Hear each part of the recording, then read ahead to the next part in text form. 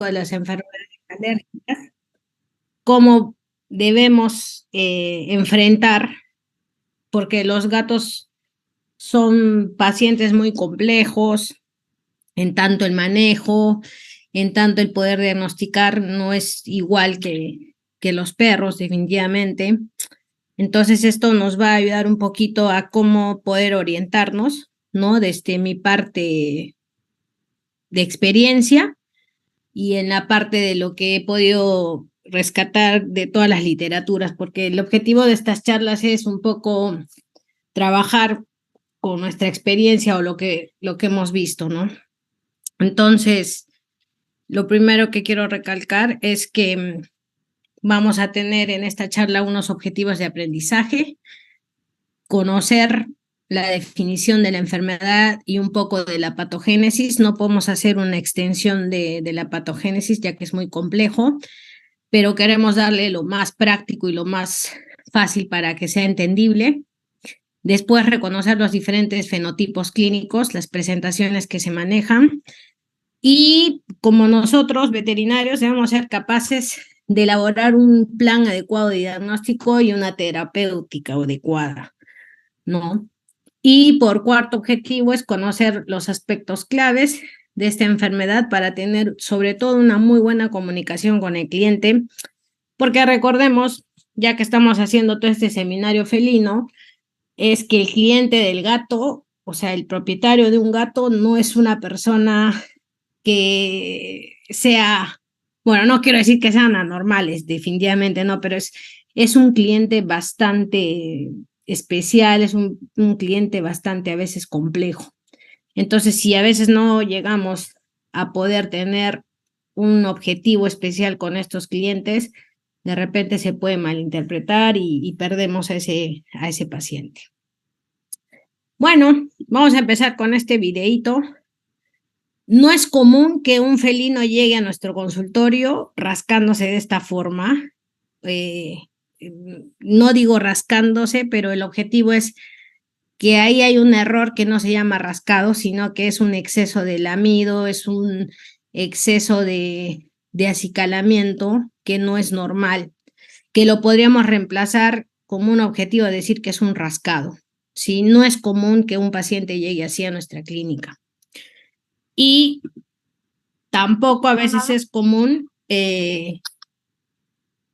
terminar dándole de alta después de mucho tiempo y observando pues que ya las lesiones han mejorado, que obviamente es un paciente que ya no tiene ese prurito intenso, ¿no? Y ver una recuperación después de mucho tiempo, porque a veces, como les digo, la comunicación con el propietario tiene que ser demasiado específica. Bueno, cuando nosotros empezamos una consulta, quiero recalcar que nosotros tenemos que dar un ambiente siempre adecuado.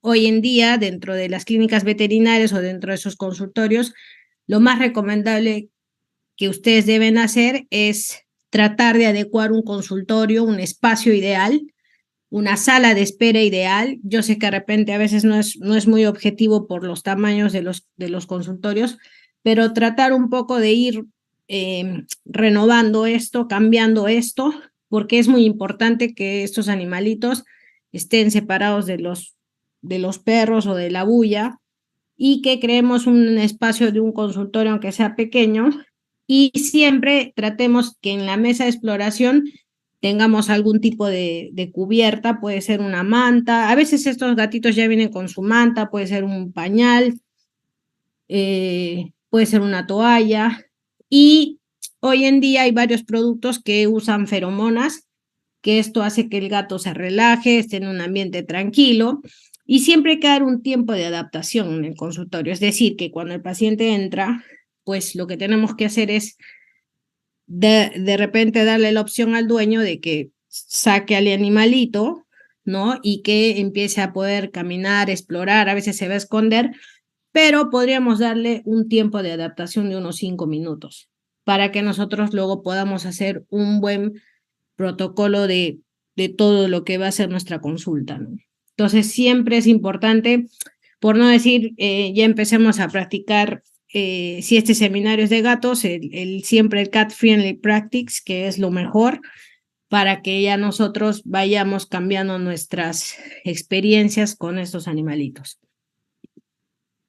Bueno, nosotros siempre hablo de esto, porque a veces me han dicho, doctora Vanessa, pero el objetivo es, sí, es importante hacer un excelente plan de diagnóstico. Nunca voy a dejar de decir que la anamnesis es muy importante, hacer la recolección de toda la información y que quizás eso puede tardar de 5 a 10 minutos, pero es la información necesaria que nosotros tenemos para poder hacer nuestro diagnóstico final. Entonces, siempre dense ese tiempo con el propietario mientras que estamos en la consulta, tratar de que de repente vamos hablando con el cliente y el gato se va soltando, va explorando el consultorio, entonces ustedes ya van observando siempre ciertas actitudes del paciente que por ahí se empieza a lamer o empieza a sacudir, ¿no? Los gatos, como decía, no es tanto empezar a rascarse, porque luego vamos a hablar de eso, pero sí hay mucho de respuesta de que ellos a veces tratan de lamerse o representar ciertas actitudes que no son normales, a veces empiezan a frotar el cuerpo. Luego de eso tenemos que pensar siempre en su historia clínica, qué antecedentes tienen. Generalmente muchos gatos saben que vienen adoptados o que vienen de albergues, entonces también es muy importante que estén descartadas ciertas enfermedades inmunocompetentes, ¿no? Que de repente eso pueda modificar también nuestro diagnóstico y nuestro tratamiento final. Entonces es siempre recolectar toda esa información y tener todos los antecedentes que podamos recolectar en su historia clínica. Y luego vamos a pasar al examen físico clínico, que ya es la observación de estos pacientes. Siempre traten de observar lo que son mucosas, encías. En el gato es muy importante, muy importante que ustedes hagan dentro de la exploración el que puedan abrir la boca, porque a veces podemos encontrar algunos tipos de lesiones. Entonces, no solo es que de repente tengo una lesión lumbar, alguna lesión lumbar o en la zona lumbar, pero sí siempre revisen lo que es ojos para ver que no haya conjuntivitis, una irritación alrededor, o también el tema de la boca, revisar narinas, oídos también es importante, revisar las pinas, ver que de repente si hay un tipo de secreción, es recomendable también hacer recolectas de esas zonas.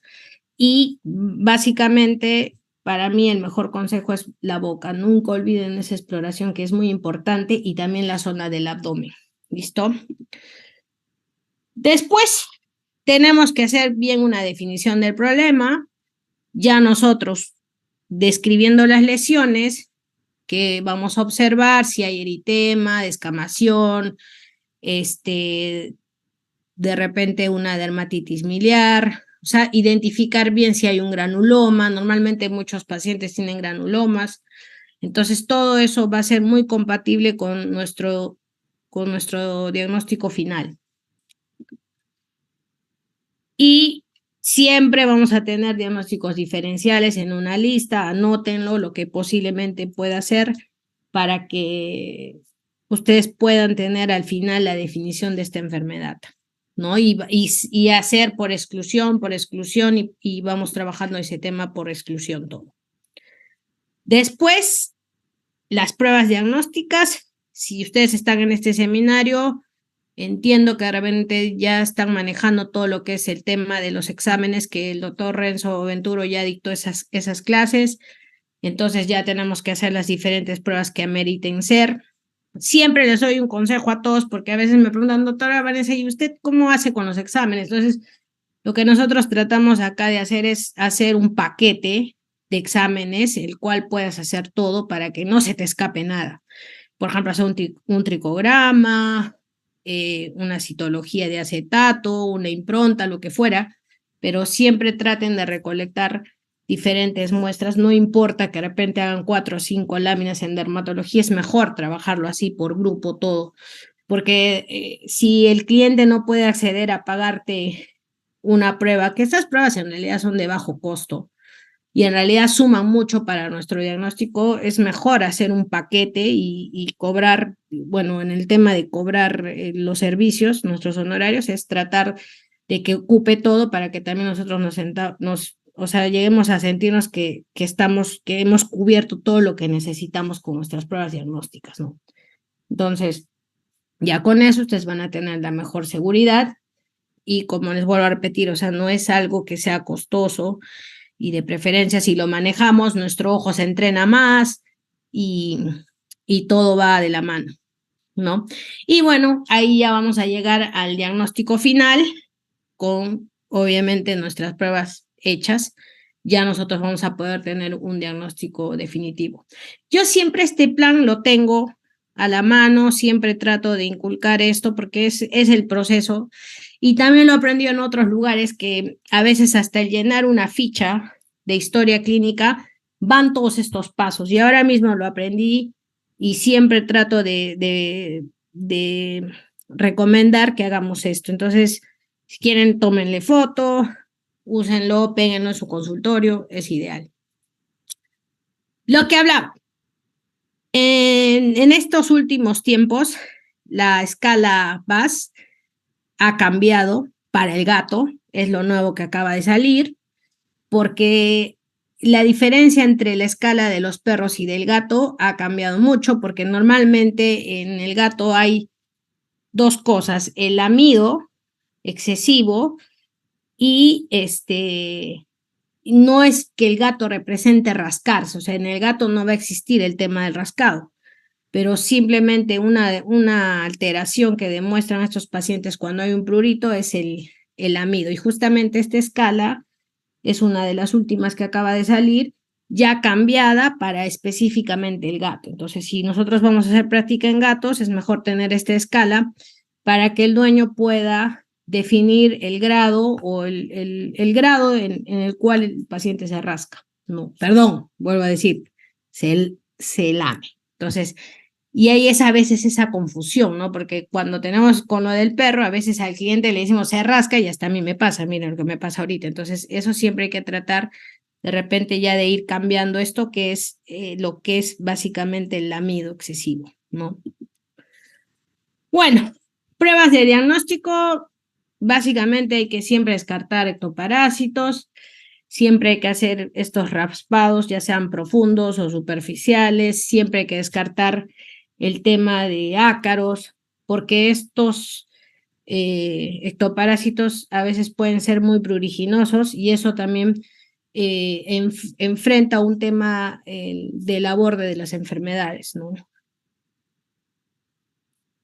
Después, siempre la citología es importante, descartar las infecciones bacterianas o si hubiera malacesia. Esos dos puntos es muy importante porque eso también va a sumar mucho a nuestro tratamiento final. Ya estas pruebas ya ustedes ya las han tratado con el doctor Renzo. Y bueno, básicamente la herramienta principal siempre va a ser la citología.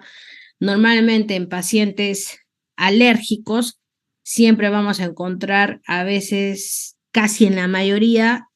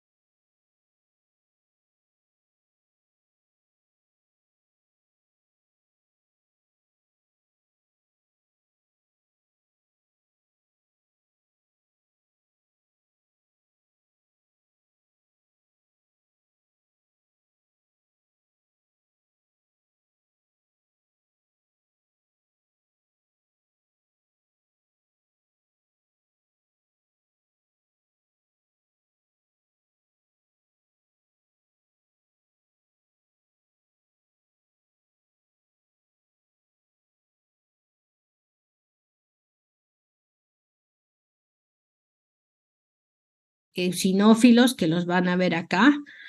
A veces vamos a tener también macrófagos, pero generalmente los eosinófilos son bien característicos, sobre todo en el gato. Es siempre un patrón muy claro, muy evidente, que bueno, no voy a ahondar en esto porque ustedes ya lo han visto. Entonces, prurito es un signo, más no es un diagnóstico, ¿sí? Y las causas, pues vamos a tener causas de ectoparásitos, infecciones por levaduras, por bacterias, enfermedades de tipo inmunomediadas y lo que nosotros estamos viendo ahora es el tema alérgico. Entonces, siempre hay estas causas. En algunos pacientes puede ser todo combinado, no crean que solo puede ser una alergia y que no puede haber las bacterias o que puede haber una enfermedad un tipo de enfermedad inmunomediada, pero a la vez también hay infección bacteriana. Entonces, todo siempre es un ciclo vicioso ahí que se revuelve, ¿no? Y vamos a hablar un poquito de fisiopatología, porque en realidad es muy profundo esto, pero traté de hacerlo lo más simpático que se pueda para que puedan entenderlo. Pero en sí, el prurito va a ser como una experiencia sensorial muy común que va a prevalecer siempre en las enfermedades inflamatorias de la piel. Y las vamos a tener de dos tipos, las sistémicas, ¿no? Que están relacionadas por algunos tipos de infecciones, y las neuropáticas, que no hay una causa más que es neuronal, y a eso viene el prurito. Entonces, si nosotros vemos, tenemos los neuronales principales, que hay dos denominaciones, porque esto viene de la histamina, histominérgica, que es normalmente los cuadros agudos, ¿no? Que se presentan, y la no histaminérgica, que esto se presenta en los cuadros crónicos. Justamente esto está relacionado pues con las enfermedades inmunomediadas, relacionadas con los queratinocitos, ¿no? Entonces esto sí engloba todo un paquete para que hayan estas respuestas a nivel de la neurona. Entonces, el prurito no viene a nivel de la piel, viene a nivel del cerebro, y eso ahora se los voy a explicar. Entonces traté de hacerlo más. Uy, ya no pasa mi diapositiva. Entonces eso es lo que vamos a tratar más de ver. Un poquito de fisiopatología. Bueno, el mecanismo del prurito, ¿cómo empieza? Primero la piel, luego vamos a ir a la médula espinal y luego va a ir al cerebro, ¿no? Entonces en la piel hay un tipo de alteración que se llama pruritinógeno, y esto va a hacer que active ciertos receptores de las fibras C y desencadenen todos los cuerpos celulares. Estos receptores van a estar acoplados a proteínas, como acá las vemos, y van a hacer que se activen todo lo que son las citoquinas, las proteinasas y todos los receptores. Entonces, todo esto lo va a procesar la médula espinal para llegar al hipotálamo, ¿no? Y eso va a provocar una sensación neuronal. Por eso abajo les pongo, o sea, la piel no es que no pica la piel, sino que la respuesta viene del cerebro. Entonces, todo esto está relacionado, hay una alteración de los mastocitos, va a haber una reacción en la piel, en la epidermis, en la dermis, los vasos sanguíneos se alteran, hay inflamación. Entonces va a desencadenar toda una cadena de reacciones al prurito. Y esto está relacionado mucho, o sea, el prurito en sí está relacionado mucho. Los estudios que hay es que confirman más que todo que esto se desarrolla en medicina humana, y obviamente esto lo hemos aplicado en medicina veterinaria. Entonces, este es un paper que lo desarrollan unos médicos humanos, del mecanismo de cómo funciona el prurito. Entonces es un poco interesante saber de dónde viene para nosotros poder tratar la base de la enfermedad. Este es un algoritmo del gato con prurito, ¿sí? Entonces siempre nosotros vamos, como les dije, empezamos por una anamnesis, el examen clínico, Dentro de la anamnesis vamos a hacer los exámenes adecuados. Siempre hay que descartar también si es que la causa fuera alguna dermatofitosis. Hacemos nuestros exámenes de citología. Podemos encontrar eosinófilos. Un secreto o un tip que les puedo dar es que los eosinófilos pueden ser células de reacción alérgica y que siempre van a estar relacionados con ectoparásitos, con dietas de alergias alimentarias y en este caso, como anteriormente se llamaba dermatitis atópica en felinos, ahora ha cambiado, que también ya les voy a explicar eso, ¿no? Y de hecho, cuando hay infección, se presentan foliculitis bacterianas y en el caso que de repente no haya respuesta a todo esto, pues vamos a tener que pensar ya en otras opciones, como de repente hacer unas tomas de biopsia para descartar otros tipos de enfermedades. Entonces, este algoritmo es súper importante. Ahora, ¿qué es la alergia? Bueno, las alergias pueden estar relacionadas con una reacción del cuerpo a una sustancia inofensiva y de alguna forma el cuerpo va a formar ciertas proteínas protectoras para llamarlas anticuerpos. Recordemos que esta reacción es antígeno-anticuerpo y están conducidas en diversas reacciones que normalmente van a causar la inflamación de la piel. Entonces, hay una propuesta del año 2021, que es un estudio reciente de las enfermedades alérgicas felinas, con una introducción y una nueva nomenclatura, o sea, una nueva propuesta que lo hace el doctor Thierry Olivry, junto más con el doctor Nuttall, Santoro, el doctor Müller, todos los capos de la dermatología mundial, y ellos hacen esta propuesta. Dicen que los patrones de reacción son muy complejos, es cierto, en los gatos son muy complejos los patrones, no es como el perro, no es una reacción que sea todo igual, que de repente en los perros podemos un poco ir descartando por ciertos patrones dermatológicos, sino que hoy en día los patrones en los gatos no hay una diferencia, e incluso en los mismos libros salían ciertos patrones que eran compatibles. Cuando es dermatitis alérgica a ectoparásitos, este patrón. Cuando tiene una reacción alimentaria, este patrón. Y cuando tiene una dermatitis atópica o un síndrome atópico, que ahora les voy a comentar, entonces tienen este desarrollo. Entonces, hay una controversia sobre las nomenclaturas, ¿no? Y hay una comparación de la enfermedad atópica en humanos versus los gatos, que son muy similares en sus respuestas, y por eso empiezan a usar el término atópico, porque estos pacientes normalmente, tanto en los humanos, terminan con trastornos respiratorios y con problemas digestivos. Entonces, ¿qué proponen? Que se llame SAF, que quiere decir síndrome atópico felino, que es para englobar todas las enfermedades alérgicas que están asociadas e incluso el tema de alergias ambientales. Entonces cambiaron este patrón en el 2021. Entonces, ahora ya no se llama lo que hace 10 años lo llamábamos, es, por ejemplo, si dermatitis atópica felina, no. Ahora, como es un patrón muy complejo, se propone que se llamen síndrome atópico felino, SAF. ¿Listo? Entonces, cuando venga un paciente, ya nosotros no podemos decir si es un gato con dermatitis atópica, tratamos de poner la nueva nomenclatura, ¿no?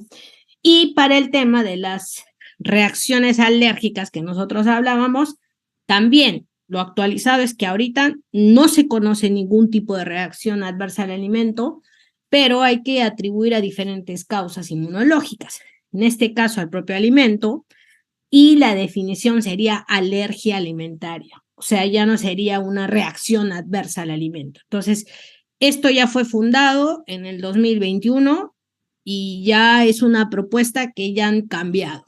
Entonces, esto es súper interesante porque, bueno, esta es información de hace probablemente, 4 años, ¿no? A aparecer. Entonces, en el tema alérgico vamos a tener la reacción inmediata. Es una reacción que suele aparecer en segundos o minutos. No tiene podríamos decir que es un tipo de reacción aguda, rápida, es el tipo más frecuente a veces en los gatos, y hay una formación de anticuerpos de inmunoglobulinas E que provocan este aumento de histamina en todo el cuerpo. Por ejemplo, en los gatos se habla mucho del asma, ¿no? El asma alérgica. Entonces, ese es un punto inmediato que eso codifica una reacción inmediata. La segunda que tenemos es la citotóxica, que va a comenzar a las pocas horas, y hay una mezcla de vínculos de antígenos de las células con los anticuerpos que van a formar inmunoglobulinas G. Inmunoglobulinas van a conducir a los complejos inmunes y a su vez van a causar la destrucción de las células del cuerpo, y en este caso como podrían ser los trombocitos o los eritrocitos. La tercera es que tenemos los complejos inmunes, ocurren después de unas horas más, ¿no? Puede ser días también, y estos van a crear ya complejos inmunes entre los antígenos y anticuerpos, y esta reacción solo va a producir una reacción en las células y también en ciertos antígenos, ¿no? Por ejemplo, podríamos hablar de la vasculitis, ¿no? Alérgica, que a veces puede ocurrir hasta por la inducción de algún medicamento. La aparición tardía, ya esa aparece también mucho tiempo atrás, horas, días, meses, y estas están relacionadas con células inmunes, los linfocitos T, que van a traer células inmunes al alergeno para causar la inflamación, y hay un rechazo de un trasplante después de a veces de la cirugía en estos casos. Bueno, las enfermedades alérgicas en los felinos se manifiestan, o sea, de la forma cutánea. Normalmente podemos tener las urticarias, las alergias alimentarias, los síndromes atópicos, las dermatitis alérgicas por contacto, las reacciones muy comunes a hipersensibilidad por picaduras de mosquito, las dermatitis alérgicas a la pulga, y el asma felino está considerado dentro de estos patrones. O sea que cuando nosotros también, dentro de nuestra recolección de información, hay que preguntar si hay problemas respiratorios con nuestro paciente.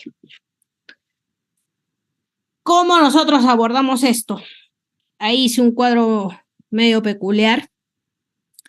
Es que, bueno, cuando nosotros tenemos o enfrentamos ya a un paciente con sospecha, una alergia, obviamente ya habiéndonos basado en nuestras pruebas, y de repente si es que han llegado en algunos casos a una histopatología, lo que van a ver es simplemente una alteración inflamatoria ahí. Entonces, lo que nosotros primero tenemos es que descartar primero el cuadro parasitario, ¿no? Si no hay una respuesta, vamos a hacer una dieta de eliminación de 8 semanas, que ahora les voy a explicar, y ver si hay una respuesta, ¿no? Porque normalmente hay ciertos pacientes que pueden tener alergia alimentaria y esto se puede corregir en 8 semanas, pero también de repente son pacientes que si no ha habido una respuesta o no ha habido un seguimiento de una dieta adecuada, pues estos pacientes van a terminar en un síndrome atópico cutáneo, ¿no? Y el más está pues en que va a tener que demandar que sea un paciente que va a tener que manejarse una medicación de por vida, ¿no? Entonces, yo siempre a veces englobo mucho el tema de la dieta. A veces muchos pacientes trabajamos con dietas hidrolizadas por un tiempo, y esto que, bueno, si es que estamos acá en Perú, a veces no tenemos acceso a estas dietas, entonces, pero de repente en otros países es más accesible el poder tener ciertas dietas comerciales hidrolizadas, ¿no? Entonces, siempre tratar de descartar eso, y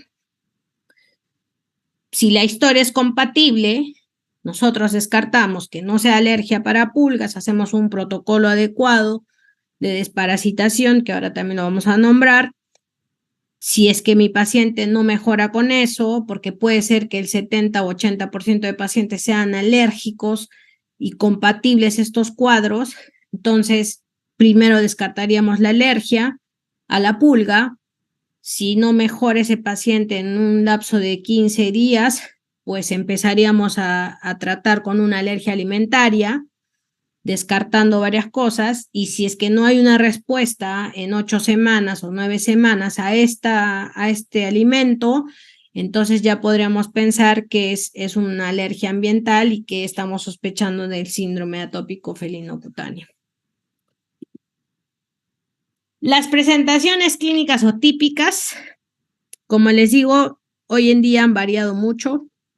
Hay muchas referencias en los libros y normalmente lo que yo suelo identificar es que puede haber siempre alopecias autoinducidas, hay mucho prurito en cabeza y cuello, ¿no? Hay dermatitis miliares, estos granulomas por reacciones eosinofílicas, las placas, las úlceras indolentes, a veces estos granulomas de tipo lineal, tipo de placa, o sea, existen varios patrones, no son específicos, y normalmente, por ejemplo, en estas imágenes tenemos a pacientes con granulomas, con úlceras indolentes, ¿no?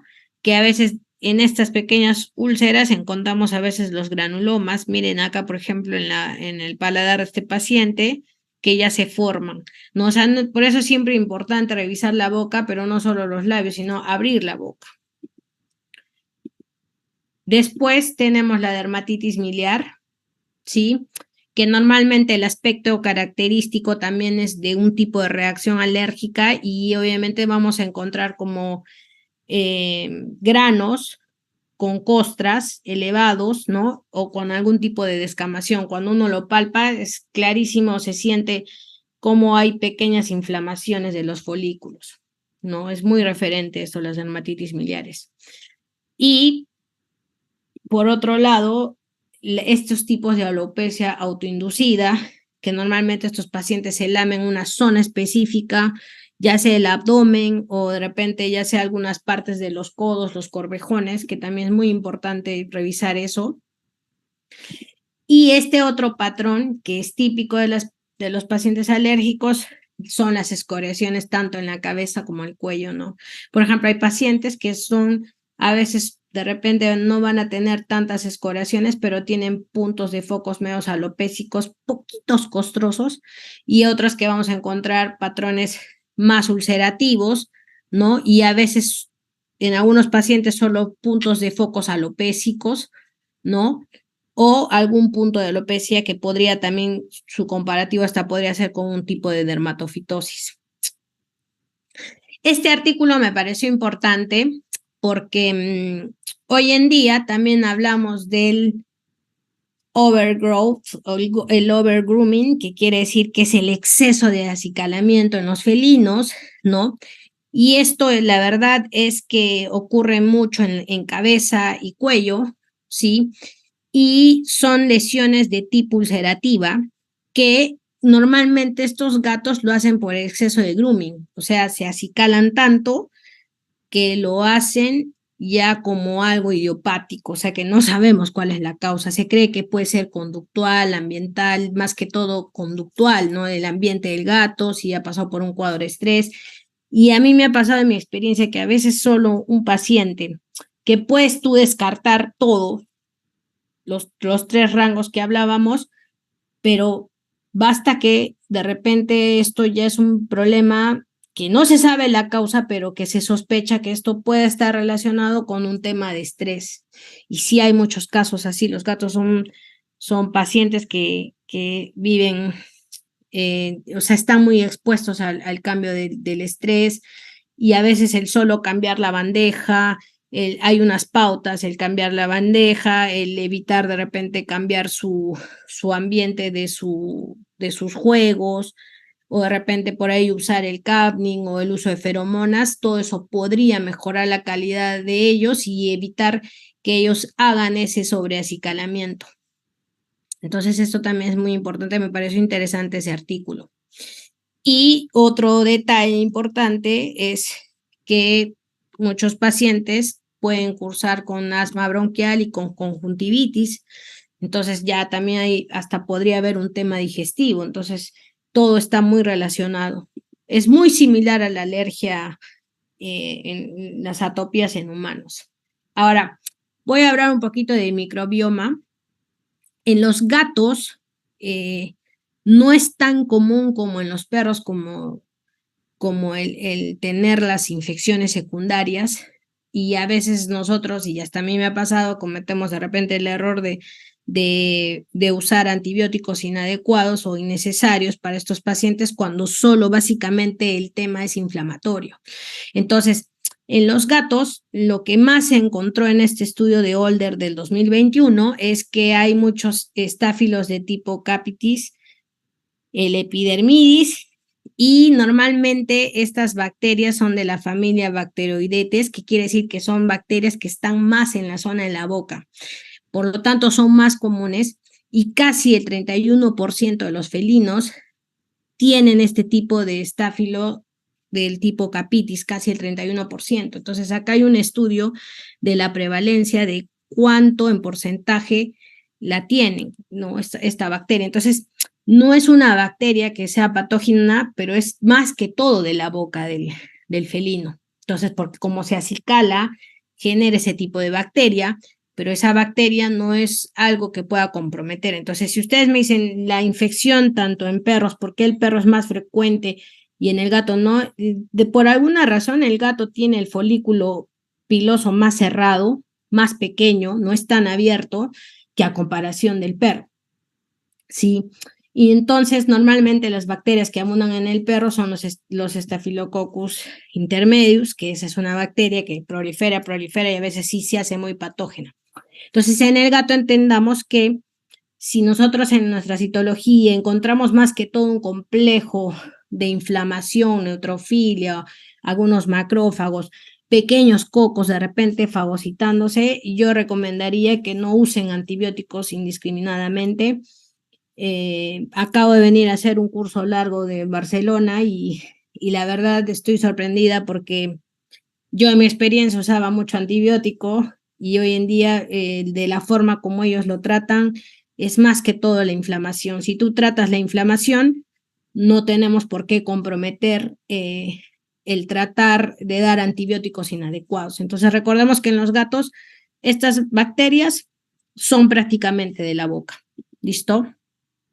Ahora, bueno, las primeras causas de alergia de nuestros felinos es la dermatitis alérgica a la pulga, el Cenocephalis felis. Normalmente esta pulga busca un hospedador de sangre, chupa y empieza a generar su ciclo biológico, se va alimentando al hacer la picadura, accede a pequeños vasitos donde extrae sangre y todo este proceso de la pulga va liberando la saliva y va a contener muchos componentes que normalmente la saliva de la pulga tiene una sustancia muy compleja y muy irritante tanto en los gatos como en los perros y estas sustancias pues están alteradas, tienen aminoácidos, tienen enzimas, proteínas y se crea todo un ciclo biológico de la pulga. Recordemos que una pulga adulta puede producir hasta como 200 huevos y dentro de esos se convierten en larvas 700 y van y algunos hasta llegan a triplicarse, ¿no? Y a veces van a quedar en el animalito solo 10 pulgas que ya generan todo el ciclo. Entonces, normalmente esto va a generar mucha escoriación, pápulas, dermatitis miliar, todos los complejos que hemos hablado de los pacientes alérgicos.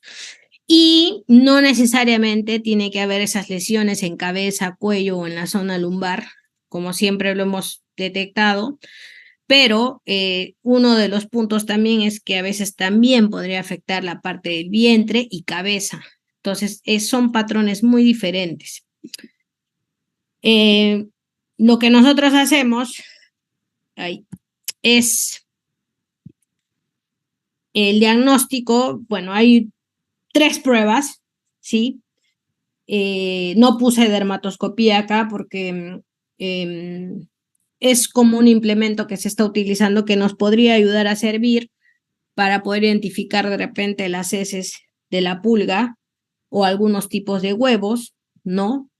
que también podrían verse microscópicamente, pero uno de estos es ver las excretas con la técnica del algodón, que podemos pasar un algodón húmedo en todo el cuerpo del gato, frotarlo y nosotros poder de repente ahí ver como en la imagen se ven estas fecas, y eso podría ser como ya un diagnóstico muy complementario, y hoy en día lo que se usa en tema de dermatoscopía, que hay que agarrarle la experiencia para hacerlo, y creo que también es una buena propuesta, ¿no? Pero esta prueba es de mínima intención, súper sencilla, que nos podría ayudar a nuestro diagnóstico. En los tratamientos respectivos, esta información es también actualizada del libro de la doctora Chiara Noli de dermatología. Y hay hoy en día ustedes saben que tenemos una gama de productos que que aportan mucho y ayudan. Y por ejemplo, yo no me caso con ninguna marca, pero acá, bueno, lo que nosotros podemos ver es que tenemos el Frontline, la Advantage, el Stronghold, que es el Revolution, por si acaso, ¿sí? Ese es en Europa y en Estados Unidos, la marca se llama Stronghold, pero es el Revolution en sí, es el mismo laboratorio de Zoetis. Tenemos el Comfortix, el Bravecto, que también es uno de los más especiales. Entonces, acá tenemos la duración de los tratamientos, que puedan tener a 8 semanas, algunos 6 semanas. El Capstar, que también es el Nitepiran, que a veces se puede usar mucho para todo lo que es eliminación solo de huevos, ¿no? Y siempre consideremos que estos productos, algunos, en mi experiencia, yo trato siempre de desparasitar tanto por dentro como por fuera. Entonces, hago siempre una mezcla, porque no sirve de nada desparasitarlo por fuera cuando por dentro también ustedes saben que hay el toxócara. Entonces el gato se lame, se come los huevos y ahí tenemos otro desarrollo de otro parásito. Entonces siempre es importante cubrir ambos, o de repente, por ejemplo, el Stronghold nos cubre ambas cosas, ¿no? O si no, complementar, ¿no? Entonces, esta es una tabla de tratamientos ideales recomendado por la doctora, y está súper actualizado porque también ahí tenemos el Seresto. Bueno, tenemos, creo, la mayoría de productos que están en Latinoamérica. Pasando un tema ahora de las alergias alimentarias, que en nuestra próxima clase me va a tocar hablar de solo alergias alimentarias. También, o sea, las alergias alimentarias pueden englobar dentro del tema de las reacciones adversas al alimento, ¿no? Lo que les decía, que ahora ya se cambió eso, y obviamente estas están causadas por una respuesta inmunológica. Entonces, las alergias alimentarias también son indiferentes, ¿no? O sea, pueden causar de distintas formas. Una es que puede ser la hipersensibilidad, que están mediadas por las inmunoglobulinas C, las no mediadas por la inmunoglobulina C, las inmediatas, intermedias, las que pueden ser retardadas, y las intolerancias, que pueden ser reacciones metabólicas, intoxicaciones alimentarias, reacciones por fármacos y un tipo de varias reacciones idiosincráticas que no sabemos cuál puede ser la causa. Entonces, los alérgenos más probables o más alérgicos en el gato, que hay muchos estudios que están confirmando, es el pollo, la leche, la carne de res y el pescado, ¿no? A veces uno diría, pues el pescado no podría ser, pero sí es uno de los mayores, porque recuerden que la mayoría de alimentos están más facultados bueno, la mayoría de las industrias fabrican muchos alimentos a base de pescado y mezclados con proteínas. Dermogramas muy subjetivos, que en mi experiencia también me ha pasado, es que algunos que podrían darnos una pista es que si ustedes ven ciertas lesiones en el tema facial y cuello, son muy típicas, son muy, muy claras, porque normalmente es una reacción más que todo facial. Y generalmente no hemos encontrado nosotros ningún tipo de reacción. Disculpa un ratito, el celular está sonando porque hay lluvias por acá. Normalmente estos tipos de patrones, más que todo lo que es facial, van combinadas con reacciones alérgicas alimentarias. Ya vamos a hablar de eso en la próxima clase. ¿Cómo yo trato una alergia alimentaria?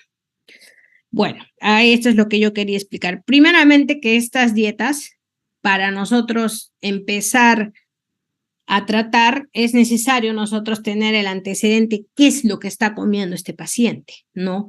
¿Qué es lo que come actualmente para nosotros poder distinguir si le cambiamos a una proteína Nobel, que puede ser un ejemplo, puede ser salmón, puede ser venado, puede ser conejo, puede ser de repente atún, o sea, hay varios tipos de proteínas Nobel, más todavía están desarrolladas en los perros, ¿no? Porque hay N proteínas Nobel ahí, pero en los gatos no tenemos a veces mucha alternativa, ¿no? Entonces, ver primero qué es lo que contiene, y a veces yo a los clientes les pido, por favor, me puede mandar una foto del alimento para yo poder saber qué es, porque me interesa saber qué contenidos tiene para poder tratar de cambiar.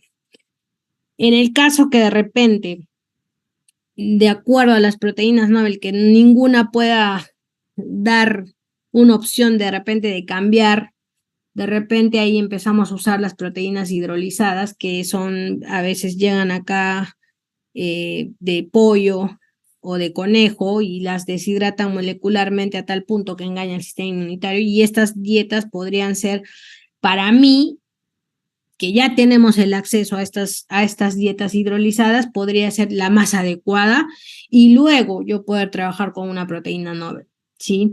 Entonces, siempre tratar de repente de que si este paciente podría comprar una dieta hidrolizada, sería ideal. ¿Cuánto tiempo dura la dieta de eliminación? 8 semanas, como mínimo. Entonces, si durante esas 8 semanas solo el paciente tiene que alimentarse de esta dieta, va a tener que ser muy riguroso, en el sentido de que, por ejemplo, si el gato convive con otros animales, con perros o con otros gatos, la dieta hidrolizada se tiene que dar para todos. ¿Por qué? Porque puede haber algunas alteraciones que de repente tú solo te vas a enfocar en ese paciente que tiene que comer solo dieta hidrolizada, pero aparentemente el gato que convive con él come una dieta normal, de repente toman agua juntos, ahí quedan restos de proteínas de las comidas, y entonces no va a ser la forma adecuada. Igual en cuanto a los premios, ¿no? Entonces, si ellos les dan por ahí estos churros o les dan algún tipo de bocado, de preferencia que todo sea hidrolizado, ¿no? Durante 8 semanas, muy estricto. Y si el dueño se vuelve a equivocar, vuelve a empezar de nuevo, no pasa nada. Y de todas formas, yo siempre en las dietas de eliminación recomiendo dar la primera semana mezcla del 50% de la dieta anterior con 50% de la dieta nueva, y al tener esas dos mezclas a la semana o a los 10 días recién hacer un cambio radical, ¿no? Entonces, si hay una respuesta durante esas 8 semanas, entonces, si este paciente podemos usar tratamientos paliativos para bajar el prurito durante los 15 primeros días, va muy bien, pero luego se corta. Entonces, para dejar ese tiempo de que el paciente se desintoxique, calmen todas las reacciones, se desinflame y podamos ver simplemente ya el resultado de la dieta, ¿no? Entonces, en este caso, después de las 8 semanas, si hay una respuesta positiva, que el paciente ya no se lame, entonces recién podríamos empezar a inducir a la dieta de provocación, que generalmente a veces yo no la practico porque el dueño prefiere quedarse con la proteína hidrolizada, o sea, por temas de que ya no quiere hacer ningún cambio. Y bueno, podríamos intentar ahí en la dieta de provocación utilizar de repente una proteína Nobel diferente a lo que el paciente consumía antes. Por ejemplo, quiero probar que coma pollo, entonces daremos una dieta especial de pollo, ¿no? Quiero que pruebe res, listo, daremos una dieta. Entonces, cuando ya empieza la dieta de provocación, podemos ver ciertas reacciones. De repente empezó a comer el pollo, no le pasó nada. La tercera semana no le pasó nada. Vamos a darle res, le damos res, empieza a rascar, empieza a lamerse, empieza acicalarse demasiado, entonces empiezo otra vez con los lamidos y todo, entonces vuelve otra vez a la dieta de eliminación, ¿no? Y generalmente esta dieta de provocación la podemos combinar junto con los premios. Entonces, generalmente muchos pacientes conmigo se quedan en la dieta hidrolizada y viven bien. O sea, no hay una incomodidad en ellos. Les cambia la calidad de vida. Bueno, ya descartamos ectoparásitos, el paciente no respondió, se sigue lamiendo, sigue provocándose alteraciones de prurito. Cambiamos a la dieta, no dio resultado, entonces cuando ya hemos cubierto esas dos opciones, lo que nosotros ya tenemos que pensar que ya esto se trata del síndrome atópico cutáneo felino, que ya es una enfermedad que es crónica, ¿no? Porque estos pacientes no han tenido una mejoría completa, entonces están combinadas a veces con el asma felino, mezclas con alergias alimentarias y hay una predisposición y entendamos que esta enfermedad pues tiene una base genética, hay una respuesta inmune anormal, ya tiene una barrera cutánea afectada, ¿no? Y estos pruritos son variables, a veces no necesariamente vamos a encontrar lesiones exudativas o algo, pero ya tenemos hasta a veces problemas gastrointestinales, respiratorios, o sea, toda una combinación, ¿no? Por eso que le llamamos esto el síndrome atópico y hay una implicación, pues, de las inmunoglobulinas C. Entonces, en el gato, la Se le fue MER, el audio. ¿me escuchas? Sí, sí, ahora sí. Ya. Es que acá hay lluvia ahorita y estoy en Baltimore ahorita en Estados Unidos y ahí parece que tormentas y hay alguna alteración meteorológica, entonces parece que se corta el internet, me parece. Ojalá que, bueno, ya nos queda lo que nos queda en la clase. Hay truenos ahorita. Entonces, bueno, en el gato hay distintos patrones de una dermatitis atópica, por eso les digo, o sea, no hay nada selectivo. Lamerse la zona dorsal, distal de los miembros entre los dedos, normalmente está relacionado con pacientes atópicos. Los flancos, se arrancan los pelos, se frotan la cara, frotar, eso también es típico del gato. Los labios, vamos a encontrar, como les dije, las úlceras, se lavan la cara, se rastrean las caras, van a provocar escoriaciones, se rascan detrás de la oreja. Entonces, todos estos patrones, todos están complementados con un síndrome atópico, ¿no? Y cuando tenemos un síndrome atópico felino, pues hay 3 puntos: alérgenos inhalados, el asma felino, la ingestión de alimentos, alergias alimentarias, y ya todo lo que va a englobar a lo atópico son todos los alérgenos ambientales, ácaros del polvo, gras, polen, etcétera. Entonces hay una serie de misceláneos, hay una serie de alergenos que eso pueden provocar y desencadenar toda esta cascada, ¿no? Ahora, hablemos un poco de tratamientos. Los que están descritos es que estos pacientes usamos siempre los glucocorticoides, tanto sistémicos y tópicos. Mucho cuidado, sobre todo en los gatos, con el aceponato de transinolona, porque a veces estos productos, como vienen en spray, a veces los gatos se pueden lamer y eso también podría desencadenar, es como que si estuviera tomando un corticoide sistémico. Entonces, mucho cuidado. Yo no recomiendo usar en los gatos el aceponato de hidrocortisona. La ciclosporina es uno de los tratamientos más comunes y más efectivos. Y bueno, gracias a Dios que lo tenemos disponible en Latinoamérica, pero es caro. Bueno, pero para un gato, dentro de todo el proceso entre el peso y la cantidad, pues no resulta a veces siendo tan caro, pero a veces para el dueño sí es impactante el precio cuando lo compran el frasco. El maropitán también lo están usando, hay algunos estudios, hay algunos case report que están usándolo también el maropitán como para un tema más que todo de una terapia proactiva, como tratar de que el paciente esté medio, son como que medio muy similar a las actitudes de usar algunos antihistamínicos, ¿no? Que a veces podrían dar ese efecto de bloquear de sueño, ¿no? De adormecerlos un poco. Tratamiento de células madre, que he escuchado, la verdad, no tengo experiencia en células madre para nada. Habría que investigar un poco más de eso, pero hay reportes, hay X report que ya están trabajando con células madres, suplementos de ácidos esenciales, algo que he visto mucho en España, que usan mucho la inmunoterapia, que ahorita vamos a hablar de eso. Y algo que también me llamó la atención es que usan bastante el oclacitinib, que es el Apoquel o el Oprurix, ¿no? Que tenemos. Obviamente nunca vamos a encontrar en la caja de presentación, porque este es un producto off-label, o sea, no está indicado ni no van a encontrar nunca para gatos. No sé por qué algunos laboratorios todavía están tratando de complementar, pero en España he visto que utilizan, y yo particularmente tenía miedo de usarlo, pero ya empecé a usarlo vía telefónica con algunos pacientes o recomendando algunos pacientes y créanme que, bueno, habrá pasado 15 días y están bastante controlados.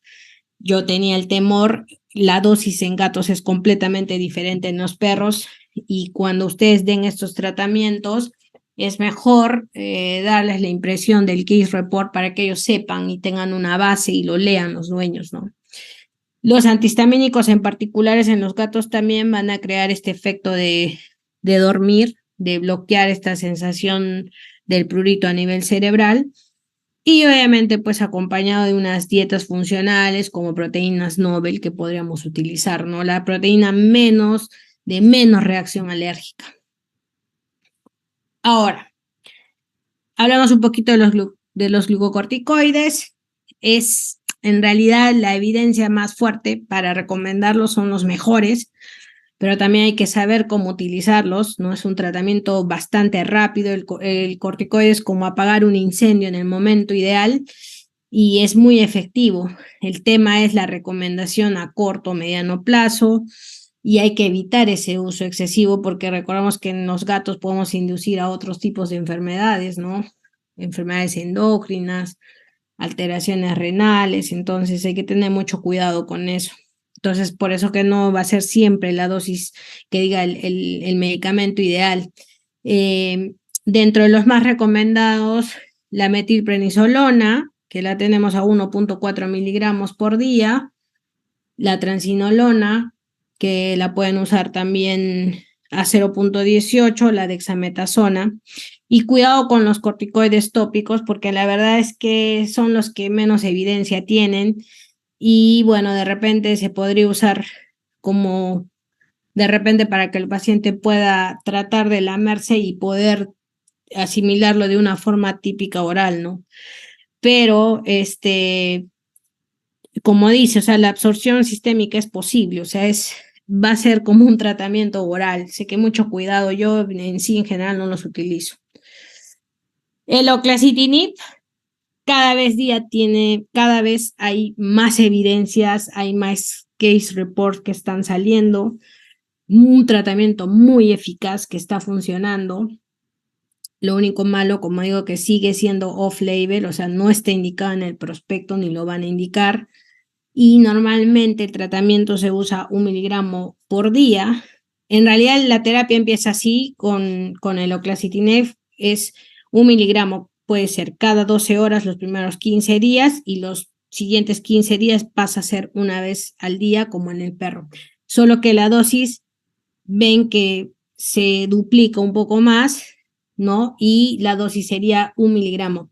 En algunos pacientes he escuchado también que lo utilizan hasta 2 miligramos. Entonces, justo ahora que estuve en España y tuve la oportunidad de estar con el doctor Ferrer, justo él hace esta publicación y realmente lo usan bastante. Entonces es algo que me sorprendió y que les quiero transmitir que no tengan miedo a usar el oclacitinib en gatos, porque realmente hay muchos, están saliendo más estudios, pero el doctor Ferrer ya empiezo a usarlo, obviamente dentro de las alternativas, porque también ellos de inicio pueden empezar a veces con una ciclosporina y si no hay una respuesta favorable, pues empiezan a usar el oclacitinib, ¿no?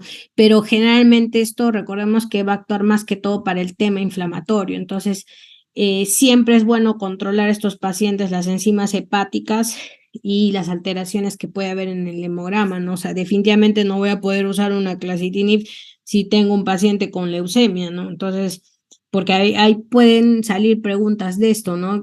¿Cómo tratarías un paciente alérgico que sea compatible con un SIDA o con una leucemia o con algún tipo de enfermedad parasitaria? Porque esto va a hacer que el paciente no haya una mejoría. Entonces traten de usarlo en pacientes sanos con toda la confianza y de verdad les digo ahorita en mi experiencia, ya estoy usándolo con algunos pacientes que para mí era un poquito de dolor de cabeza y les está yendo muy bien.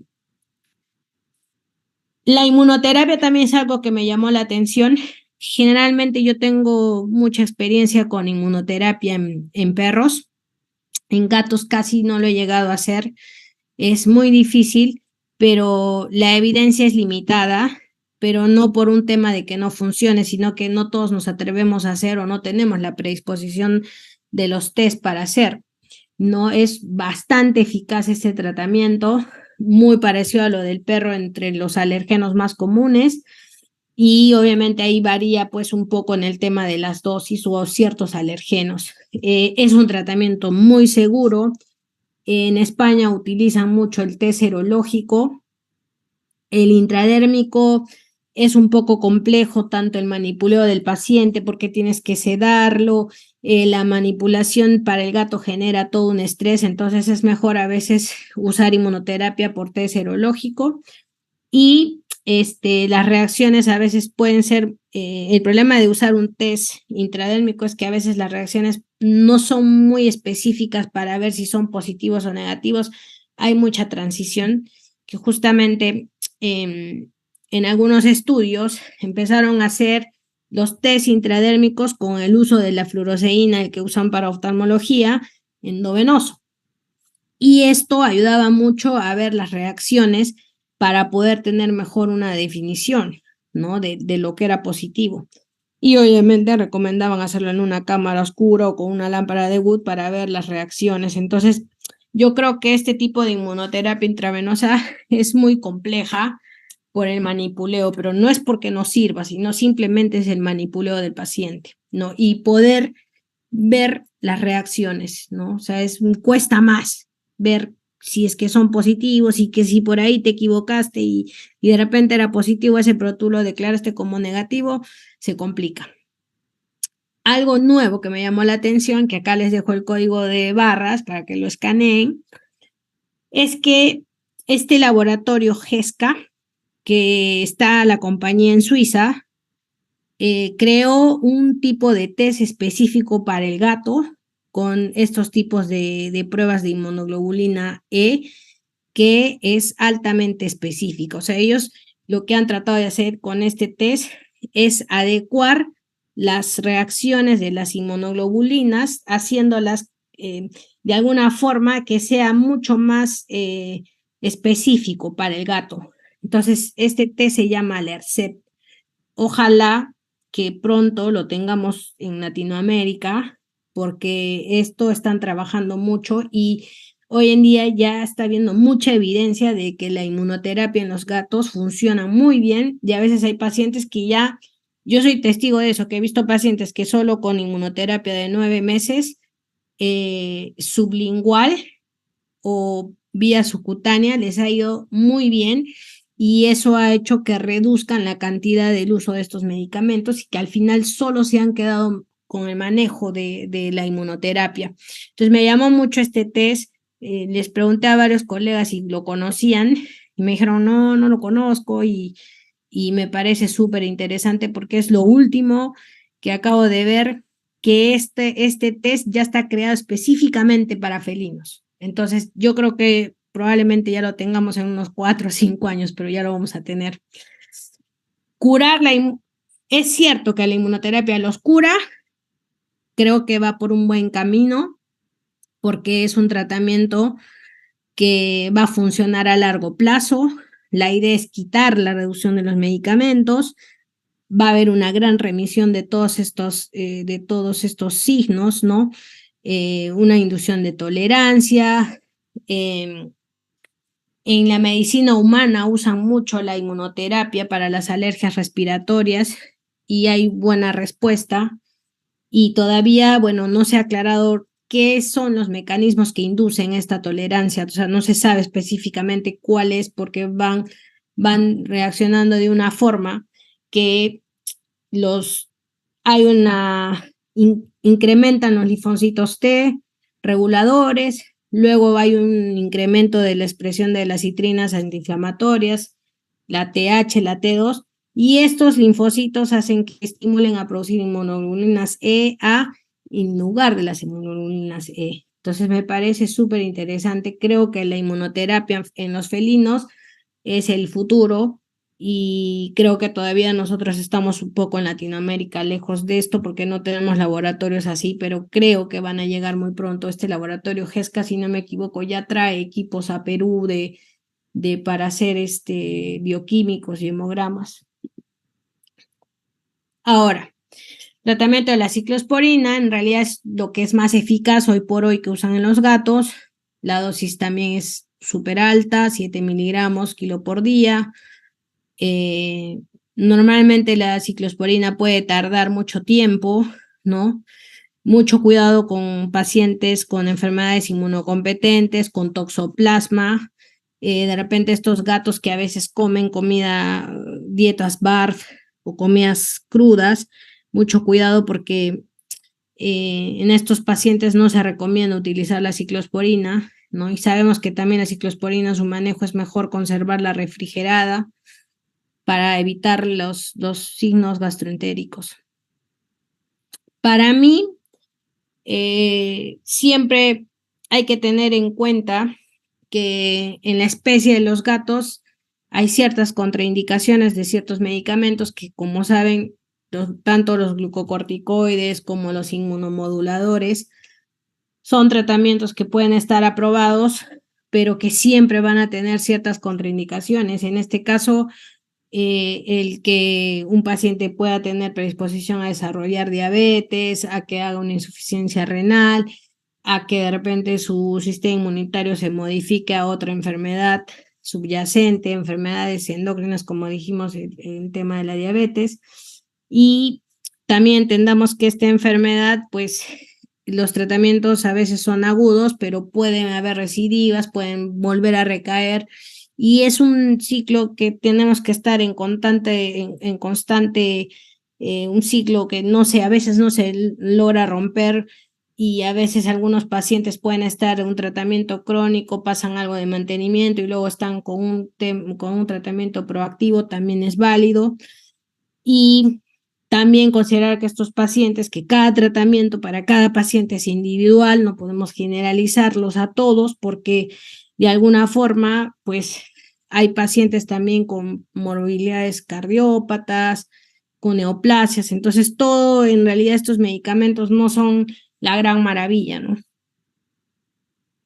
Y en estos pacientes con tanto alérgicos o con síndromes atópicos, siempre es importante manejar una dieta funcional. Los ácidos grasos como el omega 3, recuerden que no va a sumar 100% al tratamiento, pero de alguna forma va a crear un efecto antiinflamatorio a largo plazo y no es algo que tampoco solo se pueda manejar con un cambio de dietas. Tratar que en estas dietas sean las menos alergénicas, o sea, las que tengan menos reacciones alérgicas, por lo cual yo siempre recomiendo las proteínas hidrolizadas que de repente tengan menos de 3 kilodaltons, ¿no? Hoy en día a veces, por ejemplo, en los alimentos de perros tienen 12, 10, en gatos lo ideal es que siempre tengan menos 3 kilodaltons. Bueno, he tratado de hacer una charla lo más resumida, espero que les haya gustado y gracias por su atención, espero que no se hayan dormido, no sé si les habrá gustado esta charla, así que bueno, Si hay preguntas, podemos hacerlas.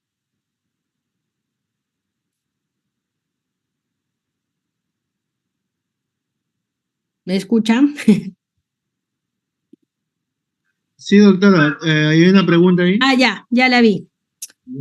Buenas noches, doctora. ¿Qué tan frecuente es encontrar malacesia en la piel de felinos con sospecha de síndrome atópico felino o estaría asociado a otras enfermedades? Sí, también la malacesia está muy relacionada con el tema alérgico en los gatos.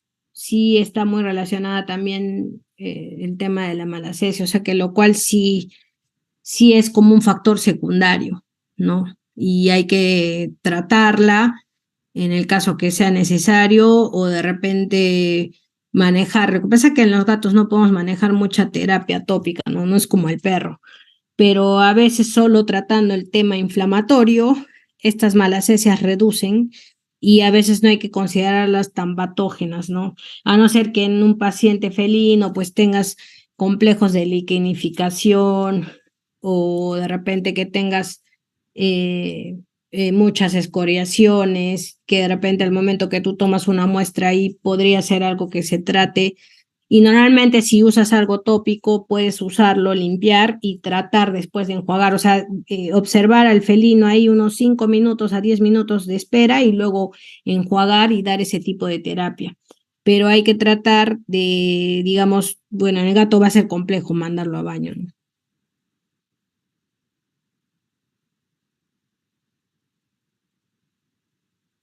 ¿Alguna otra pregunta?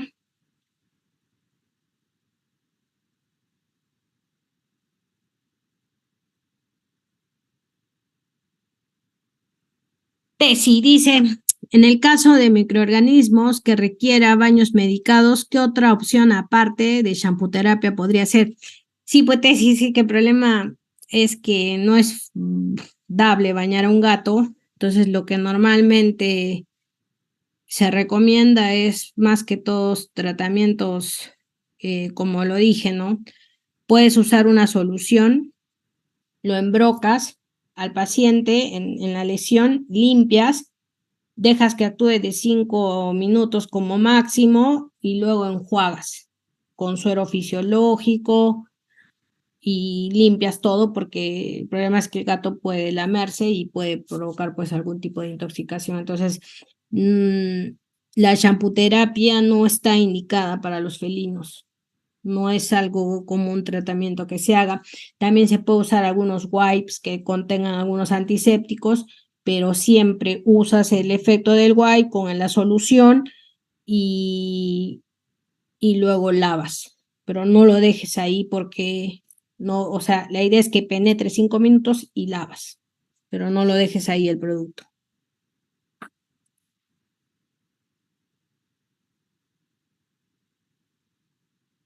Otro.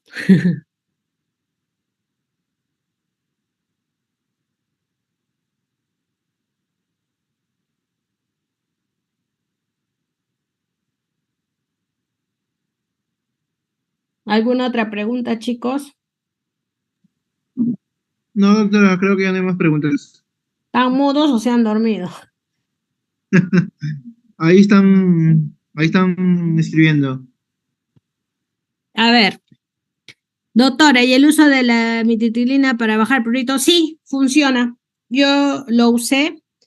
También sí, la mititilina tiene el efecto que, bueno, es como un tipo de antidepresivo, tiene el efecto de al paciente ponerlo, yo lo usaría como un tipo de terapia proactiva, pero tiene el efecto pues que lo seda, ¿no? Igual que también el uso de la gabapentina. Después dice Tesi, en el caso de espumas, preparado magistral también se pueden jugar. Sí, sí, o sea, todo lo que tú quieras usar en el gato, limpia, deja que penetre 5 minutos y todas las enjuagas. No puedes dejar nada de restos del producto, sí, porque puede terminar en un tipo de reacción no adecuada. ¿Qué dosis usa, Doc? La ventritilina, bueno, hace años que no la uso, si no me equivoco, como ya es un producto que no la utilizo mucho frecuentemente, Me parece que la dosis era de 5 a 10 miligramos.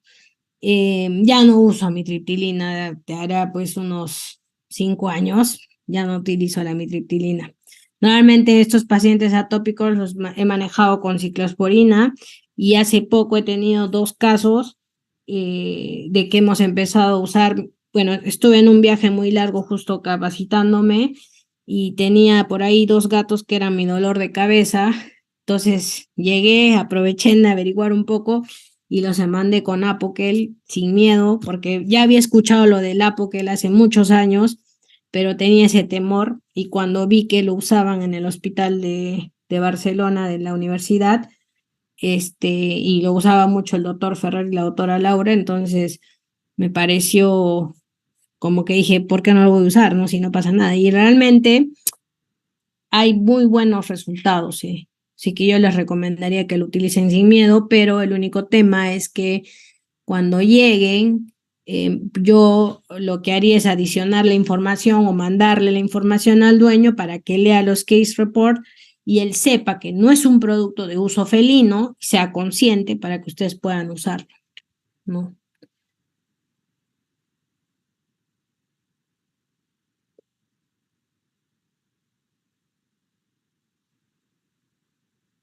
¿Qué más?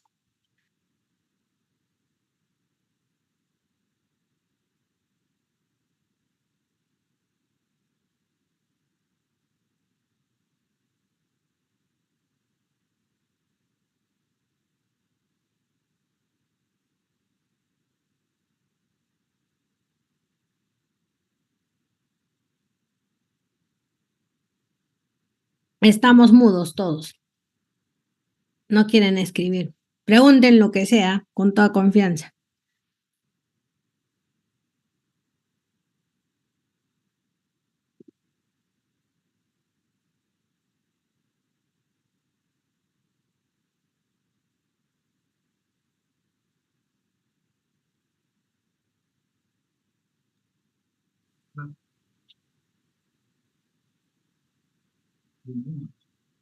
A ver, creo que hay algo más o vi.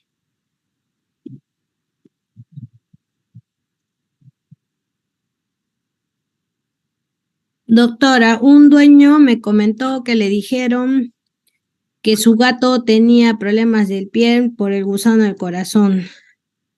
¿Sabe algo de ello? Y le mandaban Rivolta de todo. Bueno, depende de dónde viva, ¿no? Yanira, ¿dónde vive ese paciente? Porque, a ver, el gusano del corazón no es muy común, depende de dónde sean, pero en realidad, pues eso cubre un tipo de desparasitación interna, ¿no? Entonces, en realidad, las reacciones alérgicas podrían ser por parásitos, pero como tal, parásitos intestinales o parásitos que afecten al corazón, no están relacionados con el tema de la piel, ¿sí?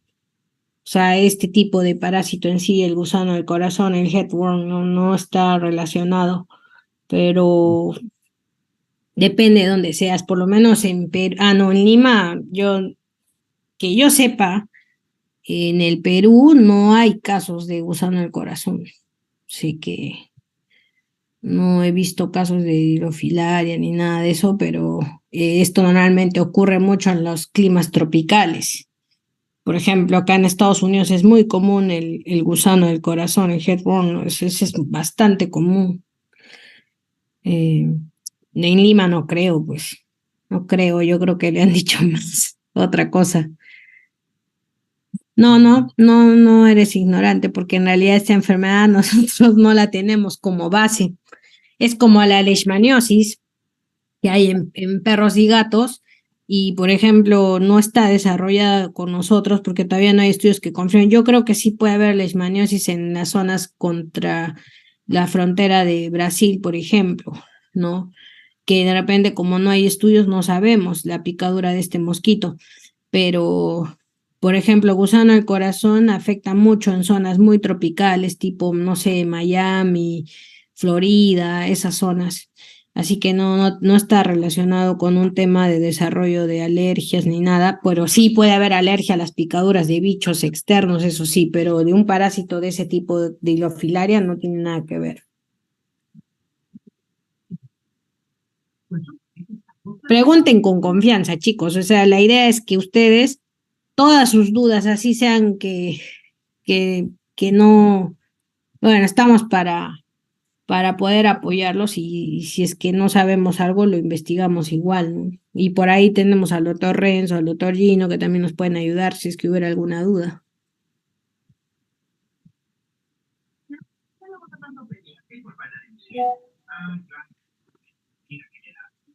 De nada. Encantada de ayudarte, Yanira.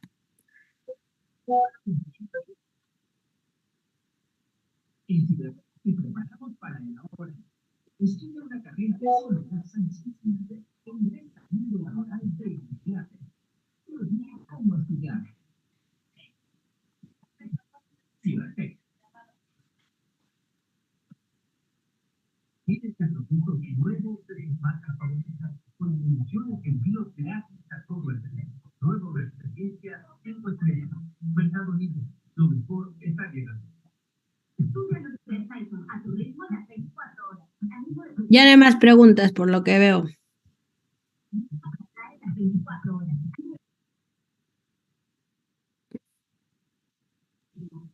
Creo que Bueno, no, doctora. sí, bueno, la clase igual ahí queda grabada. Cualquier cosa, bueno, nos vemos la próxima clase para tratar ya el tema sobre alergias alimentarias específicamente, un poquito profundizar en eso. Y nada, gracias por su atención. Espero que les haya gustado. Me gusta hacer charlas así bien concisas para ustedes, pero espero que les haya gustado. Así que, bueno, les mando un abrazo a todos. Muchas